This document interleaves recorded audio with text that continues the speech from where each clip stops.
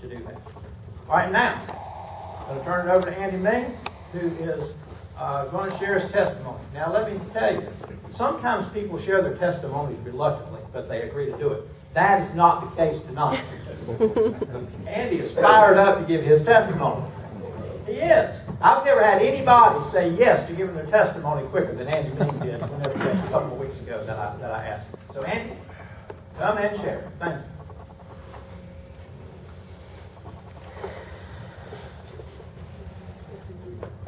All right, let me get my notes up here, and I will probably dispose of the notes, because when I use notes, I don't speak from the heart. First of all, I'm going to let everybody know, like most men, we don't like to go to the doctor.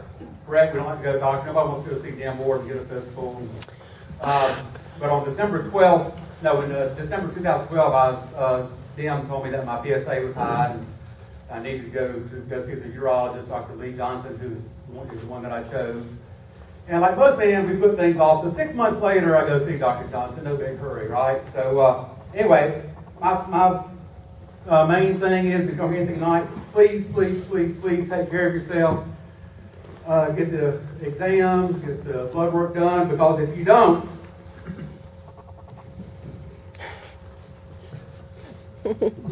and you choose hormone treatment and radiation treatment,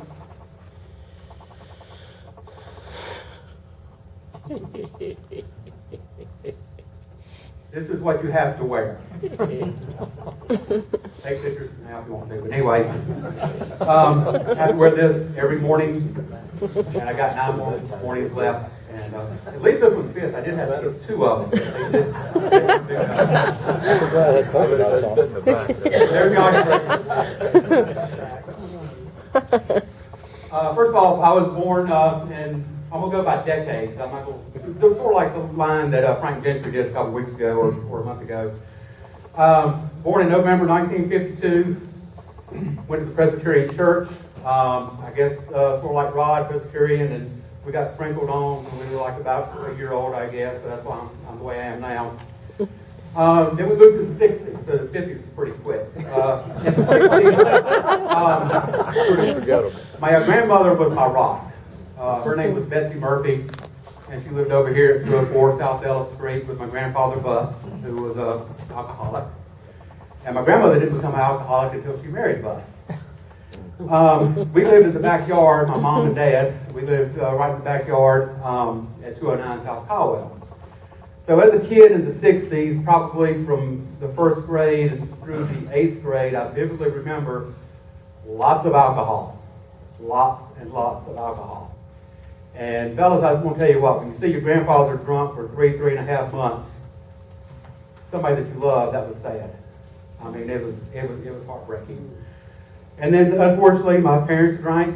So thank goodness I had a choice of where I could live. Whoever was drinking less is where I stayed. Whoever was drinking less is where I stayed. And when drinking was bad on both ends, I just stayed whoever was drinking less. You know, they might be drinking, but they're not drinking as much as my grandparents. As a child in the 60s, with my mom and dad, I remember cussing, screaming, hollering, laying in bed at night. Could tell things were getting to be a little physical between them. And, you know, those were tough times. I don't know if anybody else has experienced that. You probably have, maybe a few of you. And one thing, when the drinking was so bad on both ends, I remember as a small child that they were considering putting me in Bering Springs, which is an orphanage in Trouton. Now, if I'd gone there to Bering Springs, I probably wouldn't be as big as I am now, because I probably wouldn't have eaten quite as well. But, you know, that was sort of scary, just even thinking about that. Finished high school, graduated in 1971 from Boynton High School, went to Catawba College for a year and a half, fell in love, and dropped out in February 73. Dated this young girl for 3 years, and then she dumped me in September 74. That was okay. So after that, I'm 22 years old, and like a lot of kids when they're in their 20s, we do stupid things. Well, here, let's drink a little bit, you know. So I experimented with some alcohol, never did any drugs. I was scared of drugs, I wasn't going to touch that. But I did drink. Unfortunately, I enjoyed it, did a lot of stupid things. Go to Carriage Room on Friday and Saturday night, get home at 2 o'clock in the morning. And a lot of kids in their 20s that aren't really grounded Those are some of the things that you would do. My grandmother died in 73. That was a very long day. My grandfather, Murphy, died in 76. And then in the 70s, you know how many times I went to church? I don't think I went to church at all. Wasn't on my radar. I mean, what? Yeah, what do we go to church for? You know, what am I going to get out of going to church? But I did play church league basketball first up the street in church. I was as close to church as I got. So that was the decade of the 70s. And then we moved into the 80s. I met my first wife, Kim, in October of 80. And she was coming to First Baptist. Her family was coming up here some, mainly just her brothers. And then a year later, we got married in 81. And then that was probably my second time ever in First Baptist Church. And then we got married by Benton Moorhead up here in the chapel in October 81. And then, like a lot of people, you know, we would come to church maybe 2 or 3 times a year, you know. Like, you know, we were the Christmas and Easter and Mother's Day crowd, I guess. Let's see, then my son was born in 84, William. My daughter Morgan was born in 89. In 1986, my wife and I separated for the first time, and it was totally a goof up on my part, so we were separated for a whole year, and then we got back together. And then something really interesting happened in 1988. Of course, we're not in church, but, you know, they knew about me up here. Joel Jenkins was here then. He knew about me. And lo and behold, I get home one afternoon from work, and my wife, Kim, said, we lived out here on Greenway Drive off of Self Road. And she said, well, the preacher's coming by here tonight, and he's going to bring one of the deacons with him. And my reaction was, I was sweating then like I am now. And I said, why is the preacher coming? I said, don't you realize that Carolina and Wake Forest play tonight at 8 o'clock? Carolina, J.R. Reed and Ralph Gitley, you know, Dean Smith, and whoever was coaching Wake at that time, you know, you going to mess up my basketball game? So needless to say, I was pretty nervous. Well, we got to, you know, get the house clean. You know, honey, couldn't you have done this another time? What are they coming over here for? What's the point? Well, I don't know. All right, well, so Jenkins and Clinton Johnson, anybody remember Clinton Johnson from this church? They're the ones that came by, and I didn't know about the plan of salvation. I didn't have a clue. And then probably about an hour later, you know, we're all on our knees in prayer, holding hands, and everybody's crying.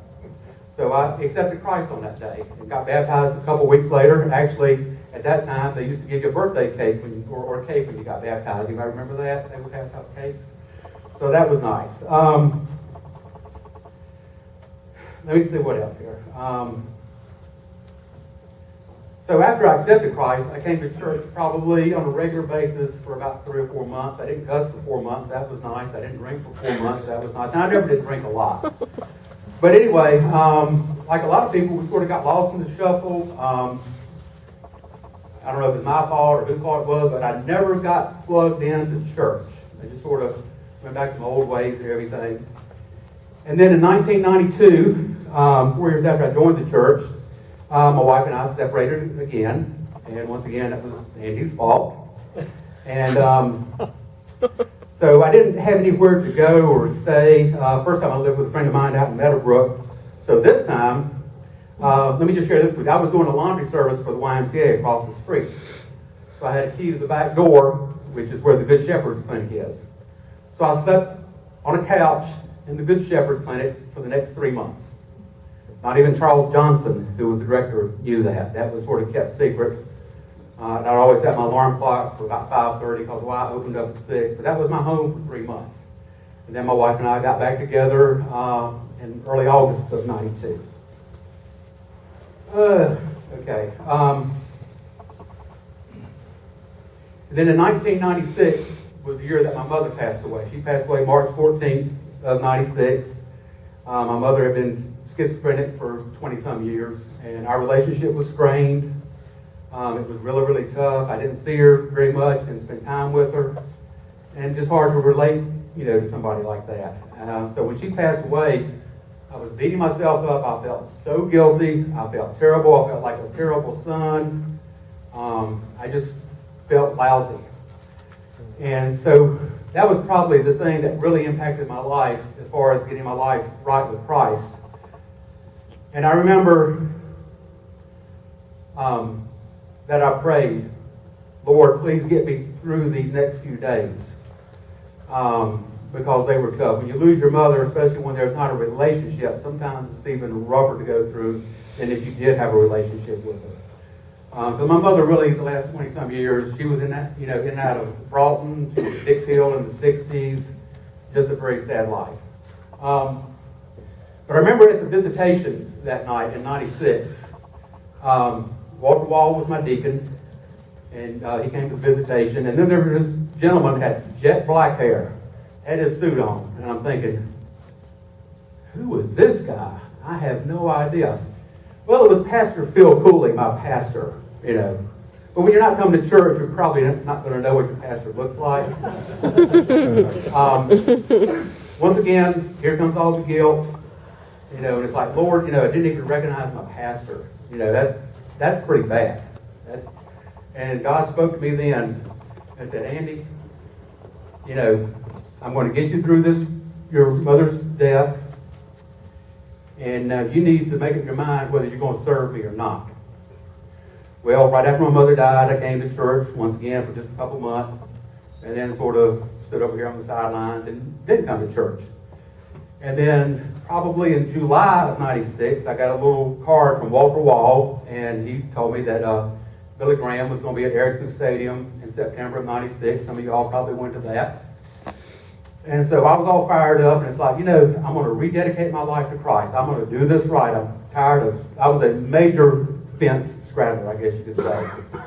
And I knew that Billy Graham was very important in my grandmother's life, who was my rock. She was on her knees every night in prayer. And she had a little black and white TV on her iron board with the rabbit ears. And I remember when Billy Graham was on, I remember being there. I didn't really listen, but I just knew that she loved Billy Graham. So I went the first night on that Thursday with this church. Got on the bus here at First Baptist. I didn't know anybody. I wasn't coming to church. I do remember Virginia Graves. Everybody knows her. But several people knew me, and that sort of surprised me. But I didn't rededicate my life that night. I waited until the following Sunday, and I went with Emmanuel Church, which is Bill Holman's church over here on Bringle Prairie Road, and went there. And I told Bill, we were sitting in the upper deck, and I said, Bill, I'm going to rededicate my life. I got to get my life right with Christ. And he said, that's fine, Andy. So when it came time for the invitation, of course, Dr. Graham always says, the bus will wait on you, so don't worry. So believe it or not, we're in the upper deck, and I run down all those little things at Erickson Stadium. I could run back then. So anyway, went down there and rededicated my life, and could really feel the Holy Spirit working. That's the day that I'll never forget, September 29th, 96, on a Sunday. And Bill Holman was there, and I sat with him on the way home. And everything's been great since then. We did have a little rough spot back in the late 90s and early 2000s. Me and Kim started having some more problems, and it was really, really bad. And one thing that sort of eased the pain during that time was in 99, right before the living Christmas tree, somebody by the name of Elaine Carlton, John's wife, came up to me and said, Andy, we're needing someone to carry the Jesus banner for the living Christmas tree. Oh my gosh, I felt so loved. Hey, I am important. So I carried the Jesus banner, and that was great because I just felt very unloved, feeling sorry for myself. I mean, life was at that time was bad, but that really uplifted me, and that's one thing that I will never forget. And then in 2000, me and Kim separated for good. Then a year later, I met Jamie, who's with me tonight. Thank goodness she's here. And she's from West Virginia, up in the sticks of West, in that area. So we've been married for almost 13 years, and it's been a wonderful marriage. Couldn't ask for anybody more pleasant to be with. She has a way with words. If I have a problem at the laundromat, I just tell her to handle that problem. Yep. And she does it really, really good because I get too angry and say things I shouldn't say. Okay, now we fast forward to let's see, where am I now?